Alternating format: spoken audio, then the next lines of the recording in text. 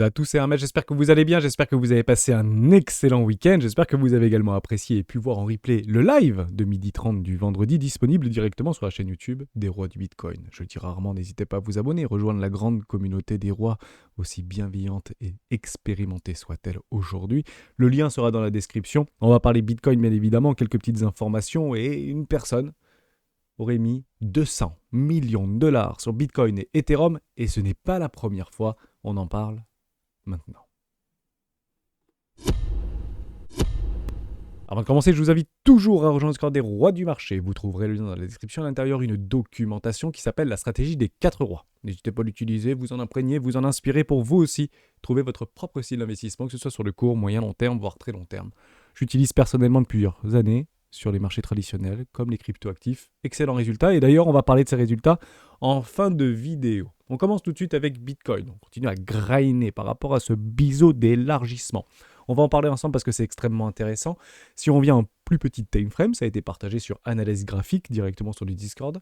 Vous avez Sokiki, je crois, qui nous a partagé ça sur ce triangle de contraction ascendant, plutôt un triangle ascendant ici, avec des objectifs qui sont en confluence avec mes objectifs personnels par rapport à ces power range. Vous les avez ici, je le trace très rapidement. Il est réellement à quelques miettes de pouvoir avoir une forme de résolution. Je prends généralement la hauteur de ce triangle ici et je vais chercher des objectifs de prix lors de son breakout et qui nous enverrait aux alentours des 111 trillions de dollars, ce qui correspondrait à peu près, vraiment, c'est aux alentours des 55 000 dollars par rapport à Bitcoin. Donc, complètement possible d'aller le chercher. Donc, ce sont des petites targets de breakout. Faites attention. Les objectifs sont généralement atteints à 67%. C'est quand même pas rien. 67%, un peu plus de 6,7 chances sur 10 de pouvoir avoir cet objectif de prix et cet objectif de cours. Donc, c'est complètement jouable. Le momentum est extrêmement haussier. Il y a quelques stops à aller chercher beaucoup plus bas. Et on va également en parler. Ça, c'était côté toute petite time frame. Donc on parle aussi en 4 heures, mais attention, si on vient chercher la liquidité plus bas, ça ne veut pas dire que ça y est, on craque, pas du tout, bien évidemment. Et puis si vous avez exactement cette même résolution par rapport à ce triangle ascendant, vous faites exactement la même chose et on ira chercher les objectifs au niveau du point d'appui vis-à-vis de ce triangle ascendant juste ici. Donc grosso modo aux alentours des 950 trillions de dollars par rapport à ce déséquilibre de marché aux alentours des 49 000 dollars. Et on commence à arriver sur une zone danger par rapport à ces 48 000 dollars. Et vous allez voir, on le voit par rapport à l'order flow. Mais juste avant, on reparle de ce biseau d'élargissement. Donc je vous ai travaillé quelque chose ici. Je vous ai même copié-collé une petite charte qu'on a l'habitude de regarder. Pas forcément paterniste chez les rois, mais c'est toujours intéressant de s'y confronter tout simplement à ces fractales qui sont censés se répéter indéfiniment dans le temps, avec un objectif de target de 65% cette fois-ci, donc c'est un tout petit peu moins par rapport au triangle ascendant. Ces chiffres, je les ai par rapport à des backtests que nous avions réalisés pendant les 7 dernières années, de plusieurs centaines de trades sur des patterns en fait réalisés les plus connus, donc les triangles ascendant, biseau d'élargissement, falling wedge, raising wedge, et notamment ces biseaux-là. Donc on a ces datas-là, on a ces données-là qu'on a déjà partagées d'ailleurs au sein de l'Académie des Rois. Vous pouvez d'ailleurs la rejoindre si vous le souhaitez, c'est créé depuis le mois de septembre. Vous avez découvrir l'Académie des Rois directement dans la description de cette vidéo. Donc on a ceci, on va passer en plus petit time frame en daily, c'est plutôt sympa. Généralement on a 3 tests. Ici, 1, 2, 3. Ici, 1, 2, 3. Franchement, c'est propre, c'est limpide. On a dégommé les derniers stops vendeurs ici. Donc, si on est parti chercher toute la liquidité au nord, pourquoi pas aller faire un petit tour au sud. Avec 3 touchettes, mais cette fois-ci vers le bas. Donc, une touchette ici, 2 touchettes ici. Potentiellement, la troisième touchette aux alentours des 36 000 dollars. Voire plus bas, c'est pas complètement possible parce qu'il y a des résolutions sur ces biseaux d'élargissement. Vous avez donc 65% de résolution par la hausse, vous avez 35% de résolution par la baisse. Donc ici, on choisira plutôt le momentum, on jouera plutôt la hausse si vous souhaitez éventuellement le jouer.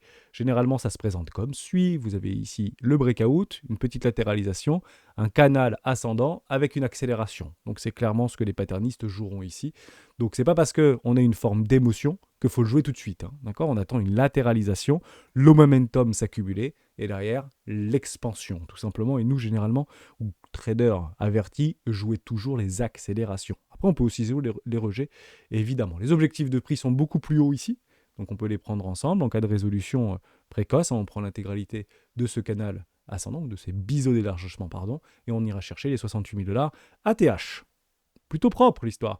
Si malheureusement on venait à résoudre ce canal d'élargissement, ou ce biseau d'élargissement par le bas, eh ben on se retrouvait quand même un petit peu plus bas, aux alentours des 22 000, voire peut-être les 20 000 dollars pour aller nous chercher tous les gaps CME qui restent, aux alentours des 20-21 000 dollars. Mais pour l'instant, nous n'y sommes pas. Deux objectifs toujours. Premier objectif par rapport à l'impulsion du mouvement aux alentours des 33 000 dollars, 32 000 dollars, la target d'Hermès. Et objectif numéro 2, pour aller chercher toute la liquidité qui se trouve beaucoup plus bas. Mais il faudra bien évidemment des news catalysantes. Mais la priorité probabilistique ne s'inscrit pas dans cette fractale, puisque généralement, les résolutions sont plutôt à la hausse ici. On va faire un petit peu d'order flow. On voit une certaine dégradation au niveau de nos whales préférés, donc les petits 10 000, 100 000, 1000, 10 000 toujours dans les chaussettes, les 100 000 toujours dans les chaussettes. Peut-être qu'ils vont se réveiller, la question reste complètement ouverte. Peut-être qu'on achète les creux et il faudra bien évidemment les jouer en fonction des objectifs que nous nous serons fixés préalablement. Et si vous regardez les baleineaux ici, entre les 100 000 et les 10 millions de dollars, on voit une forme de dégradation, c'est très léger, peut-être juste une petite chasse à la liquidité, mais pour l'instant, c'est peut-être beaucoup trop prématuré. On attendra donc ici des réintégrations. En parlant de réintégration, vous avez deux niveaux extrêmement clés relatifs par rapport à l'order flow vis-à-vis des open interest.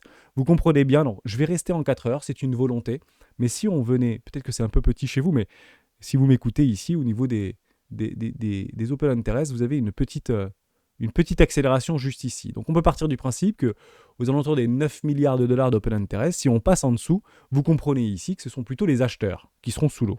D'accord ? Si on regarde par rapport, donc c'est tout petit time frame ici, on peut vraiment passer même en 1 heure si vous voulez.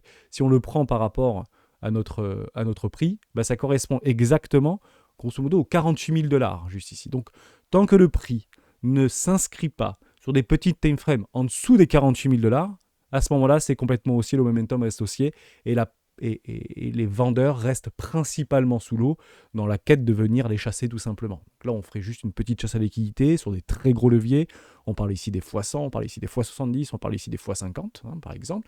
Et puis, pourquoi pas, pour aller chercher un petit creux et continuer ce momentum extrêmement haussier avec des hauts toujours plus hauts que les précédents et des plus bas toujours plus hauts que les précédents. Ça, c'est la première zone d'alerte. Donc, si on vient chercher en dessous des 48 000 dollars et on s'installe sous les 48 000 dollars, bah, malheureusement, on pourrait aller rechercher plus bas.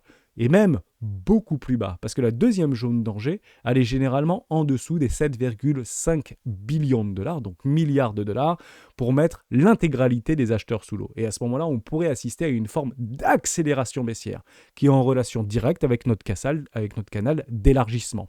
C'est ici, si on commence à s'installer sous, en fait, pour aller liquider tout le monde, mais par rapport à ce prix-là, aux alentours des 43 000, 44 000 dollars, à ce moment-là, tous les vendeurs sont complètement la tête sous l'eau et on ira très probablement les liquider beaucoup plus bas. Donc vous comprenez bien, par rapport à ces 43-44 000 dollars, on revient par rapport à notre canal ascendant, ça pourrait faire une accélération baissière.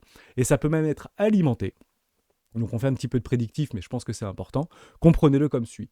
Si on commence à partir et on vient sous les 48 000 dollars, petite accélération baissière, ici, soit on réintègre et on fait une chasse à liquidité et le momentum est trop fort et on va chercher des objectifs de prix beaucoup plus haut direction des ATH, soit malheureusement il y a une dégradation au niveau des open, une dégradation au niveau de la volonté de vouloir acheter ce Bitcoin à ce prix-là et à ces montants-là. Si on commence à aller sous les 44 000 dollars, vous voyez qu'on arrive exactement sur une neutralité, on vient chercher les équilibres de marché, on viendrait d'ailleurs dans une zone de rechargement d'achat très court terme au niveau de notre Bitcoin entre les 0,618 et les 786, donc ici 44 000 dollars et les 41 500 dollars, qui permettrait d'avoir suffisamment de liquidité. Pourquoi ? Parce qu'on achète le dip pour aller craquer tout le monde. Vous comprenez ici, s'il y a beaucoup de vendeurs et on pense qu'on est trop baissier, à ce moment-là, on peut faire des dips et relancer la machine. Si finalement on est passé du côté boule de la force et qu'il y a beaucoup trop d'acheteurs qui veulent de façon très agressive acheter ce dip, parce que de toute manière, Bitcoin n'ira pas en dessous des 40 000 dollars, Bitcoin n'ira pas en dessous des 50 000 dollars, Bitcoin n'ira pas en dessous des 48 000 dollars, à ce moment-là, ce sera clairement suffisant pour aller chercher la liquidité qui se trouve beaucoup plus bas et venir réaliser ce biseau d'élargissement aux alentours des 36 000, puis peut-être un petit peu plus bas et voir aller chercher les équilibres de marché et pourquoi pas la target d'Hermès des 32 000 dollars, voire plus bas. Et il faut faire attention à ça. On le verra, je fais un petit peu de prédictif, mais c'est vraiment pour essayer de se mettre dans une situation de ne jouons pas ce que l'on croit, jouons toujours ce que l'on voit. Les open interest et l'order flow nous aident à prendre des décisions, encore une fois, rationnelles. Côté Fear and Greed, un petit peu dans les chaussettes. J'ai envie de vous partager ça. On est à 75, on a vécu beaucoup plus haut lors de l'intercycle de 2019-2020. On était monté à 95, donc on est quand même encore, j'ai envie de dire, un petit peu en retrait par rapport à ce marché. Pas beaucoup de retail, pas beaucoup de spéculateurs non initiés ou initiés qui viennent spéculer de façon agressive sur ce marché. Donc on peut partir du principe que ça permet d'influencer un billet plutôt haussier ici, encore une fois, en attendant d'avoir un fear in grid qui dépasse complètement les sommets. Ça, c'était une chose plutôt intéressante à observer. Maintenant, si je fais une petite relation, et j'aime bien vous la donner par rapport aux options, les fameux, vous vous rappelez, 48 000, 47 000 dollars, si on vient à s'intégrer dessus, à ce moment-là, on est pile au max paying price. Et le max paying price, c'est dans 4 jours, c'est le 23. Si c'est pas fait 48 heures avant, généralement, c'est à peu près mes temporalités. 48 heures avant, il n'y a plus vraiment de décrochage. Donc là, finalement, on a 48 heures, en sachant qu'aujourd'hui, c'est férié aux États-Unis. Pourquoi ? Parce que c'est la célébration de George Washington. Donc c'est férié aux États-Unis. Donc à mon avis, si on doit avoir un petit peu de volatilité, ce sera très probablement dans la nuit de lundi à mardi. Et si c'est fait avant, ma foi, c'est qu'on va chercher les carnets d'ordre qui sont un petit peu vides pour aller chercher les prix et pourquoi pas dégrader ce marché. Mais on le verra assez rapidement par rapport à cette forme de volonté sur des petites time frames. Donc, je le dis, je le redis, si dans 4 jours, au niveau de ces options, on est donc nettement au-dessus de ces max paying price, voire pire que ça, on est au-dessus du strike price des 50 000 dollars, à ce moment-là, on pourrait avoir 3 mois, et je dis bien 3 mois, 3 grosses expirations jusqu'à juin prochain, de fort momentum. Parce qu'on rentrerait ici plutôt en tendance et un nouveau flux ou une accélération de flux plutôt qu'un range. Donc quand on est clairement dans le max paying price, on peut s'accorder à dire, ça ce sont l'expérience qui parle, qu'on est plutôt dans des ranges. Et on est plutôt ici sur un très haut de range. J'ai envie de vous dire, oui, mais jusqu'à preuve du contraire, on n'a pas de clôture en mensuel. Donc on peut très bien faire des réintégrations et des dégradations. Donc si jamais on aurait une première piste de réflexion, si on est allègrement au-dessus des 51 000, 52 000, 53 000 dollars pour d'ici 3 jours, à ce moment-là, on viendra chercher les strike price et on pourrait donc viser d'autres strike price dans les semaines qui suivent. Ici, par exemple, mars 2024, on a des strike price à 60 000 dollars. Et ça revient exactement à parler de notre objectif de prix qu'on vient de voir par rapport à une extension de résolution de triangle ascendant. Ici, la même chose au niveau de juin, on pourrait aller chercher des strike price, toujours à 60 000 dollars. Donc plutôt à voir et plutôt à observer. C'est jamais trop haut, les prix ne sont jamais trop hauts. La question, c'est qui sera le dernier à vendre, bien évidemment. Et il semblerait que le momentum soit suffisamment haussier pour pouvoir continuer à grinder ce prix et ce marché. Je fais quelques petites news très rapidement. La première, c'était celle-ci, par rapport à ce milliardaire qui dépense 200 millions de dollars pour acheter deux cryptoactifs. Donc on va les résumer de façon extrêmement limpide. Bitcoin, Ethereum, pas plus simple que ça. Qui c'est qui va acheter ces 200 milliards de dollars? D'où il vient? Est-ce qu'il est connu dans le monde de la cryptosphère? Eh bien oui, il est relativement connu dans le monde de la cryptosphère. Il faut savoir que c'est l'histoire du founder Fund avec la crypto qui remonte à 2014, lorsque le fonds s'est aventuré pour la première fois dans les investissements Bitcoin. La firme a alors été connue pour ses mouvements précoces et agressifs dans l'écosystème, dans l'espace crypto, cumulant avec un rendement stupéfiant de 1,8 milliard de dollars en liquidant ses avoirs avant le crack de 2022. Billet psychologique de plus. On regardera peut-être avec un œil avisé dans les prochains mois, peut-être prochaines années, s'il liquide l'intégralité de ses avoirs de longue avant un potentiel crash, j'ai envie de vous dire. Peter Thiel, qui c'est ? Extrêmement simple, vous avez ici dans le monde Peter Thiel, le cavalier solitaire de la Silicon Valley, à rebours du prototype de la vallée du silicium, ce milliardaire cofondateur de PayPal et investisseur dans Facebook, promu des idées libertariennes et anti-État, une biographie qui vient de paraître et met en lumière son action au service des droits radicaux américains.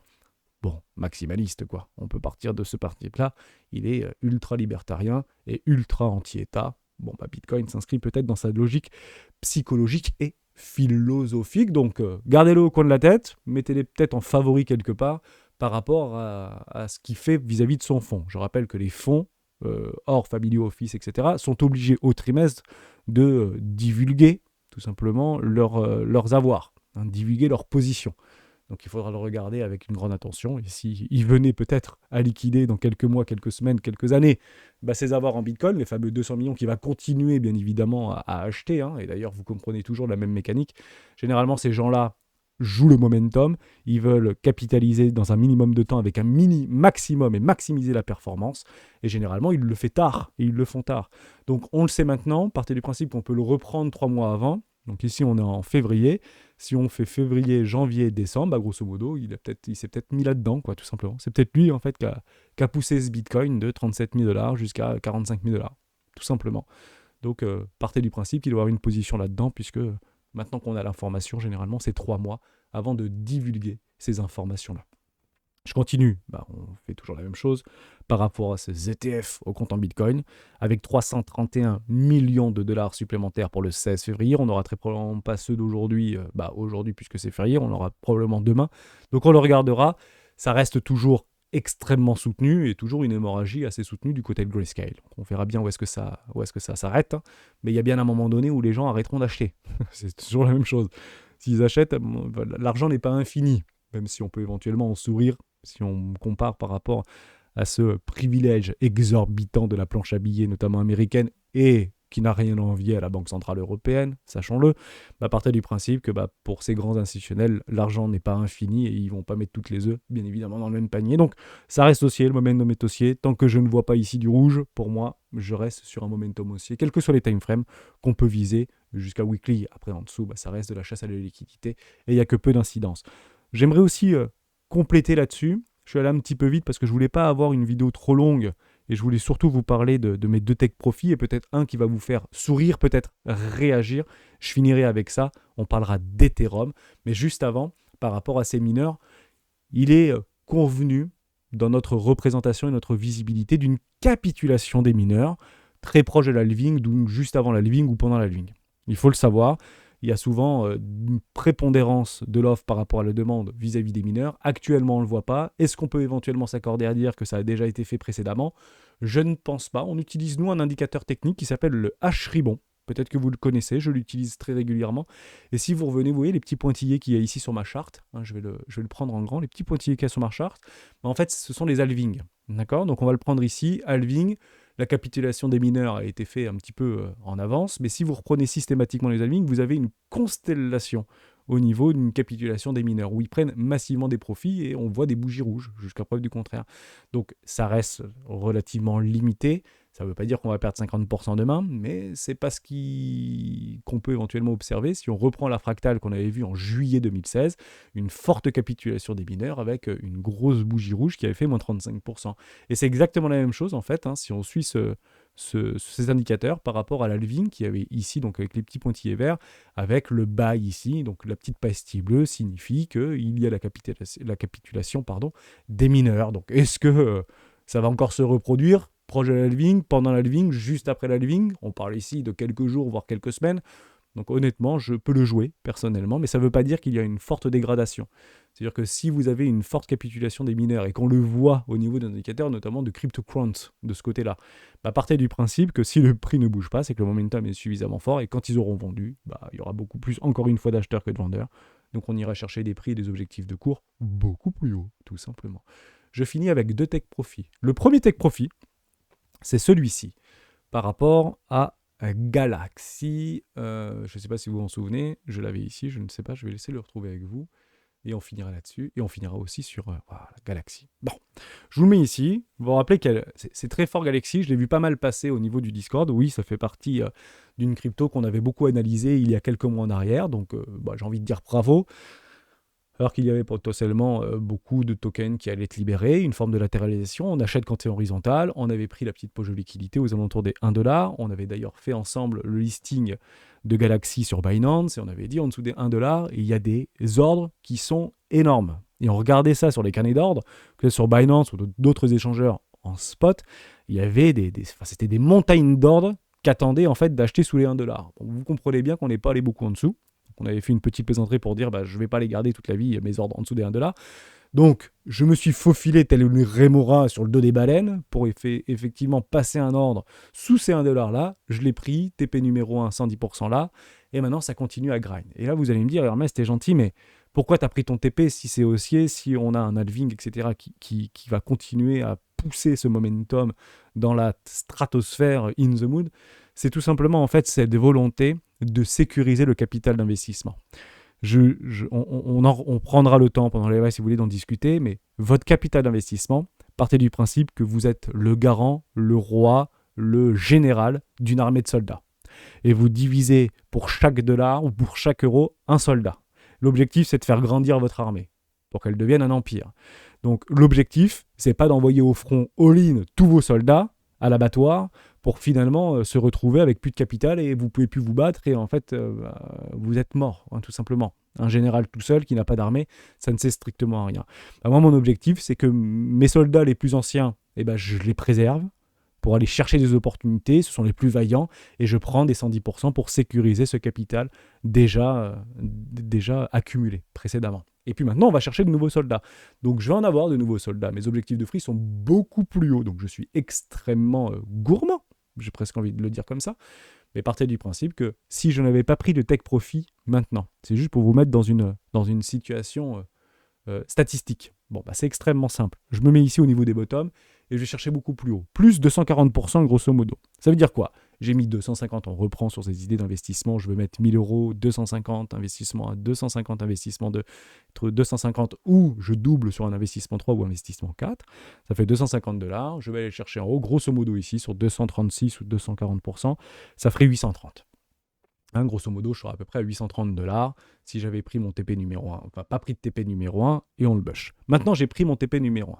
Si je prends ici de là à là, ça fait en grosso modo plus 250, plus 270. Et je prends la moitié de ma position. D'accord? Donc ça fait, j'aurai 550 € à ce moment-là. Je prends la moitié de ma position, 110%, il me reste 250, 260. Et je vais aller chercher jusqu'à l'objectif de prix qui est actuellement en cours. Mais mon capital, mes soldats sont protégés. Ici, j'ai mon capital qui est complètement sécurisé. Ce que j'ai investi, je l'ai récupéré, c'est validé. Et derrière, partez du principe que je serai à plus 400 à partir de maintenant. Ce qui fait en fait un total de 650 $, dont 250 € en cash qui sont sauvegardés, contre 830, à peu près 820, 830, si je n'avais aujourd'hui, et alors que je vous parle, toujours pas de prix de profit. Quelle est la différence entre ces fameux 820, 830 et 650? Ça s'appelle la sécurité du capital. Voilà. Donc c'est moins performant, mais c'est beaucoup plus rassurant et sécurisant. Et l'objectif, c'est d'avoir plus de soldats et de les protéger. C'est notre devoir, c'est notre fardeau. On est le patron de notre capital, on est le roi, on est le général de notre capital. L'objectif, c'est de conserver notre capital. Si on n'est pas capable de sauvegarder et de sécuriser notre capital, malheureusement, c'est qu'on n'a peut-être pas une stratégie suffisamment efficace pour pouvoir aller à la bataille, tout simplement. Donc j'espère que cette image vous parle, j'espère que je vous ai aidé en disant ça, et je vous donnerai tout simplement par rapport à des objectifs d'extension de Fibonacci, je vous le dis de vive voix, si vous faites des x10 en 100% risque, sans sécuriser votre capital, moi je ferai en sécurisant mon capital entre x5 et x6, en prenant des take profits partiels sur des extensions de Fibonacci. Donc, voilà le coût de la sécurité, voilà le coût de la spéculation, et sur ces marchés extrêmement volatiles, c'est ce qu'on a inscrit dans la stratégie des 4 rois depuis maintenant quelques années. Je finis avec Ethereum, peut-être que ça va faire sourire, mais j'ai pris mon 110%, c'était fin de semaine dernière, donc je vous le dis ici. Et vous allez me dire, mais non Hermès, pourquoi tu fais ça?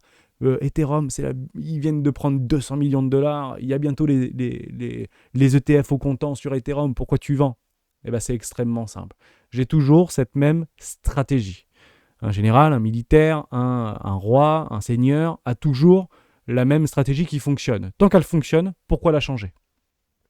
Pourquoi, à un moment donné du grand règne de l'Empire romain, avec ces techniques de combat qui n'avaient rien à envier à l'ensemble des civilisations du monde d'antan, pourquoi il aurait changé, entre guillemets, cette stratégie d'attaque, alors que tout le monde la connaissait?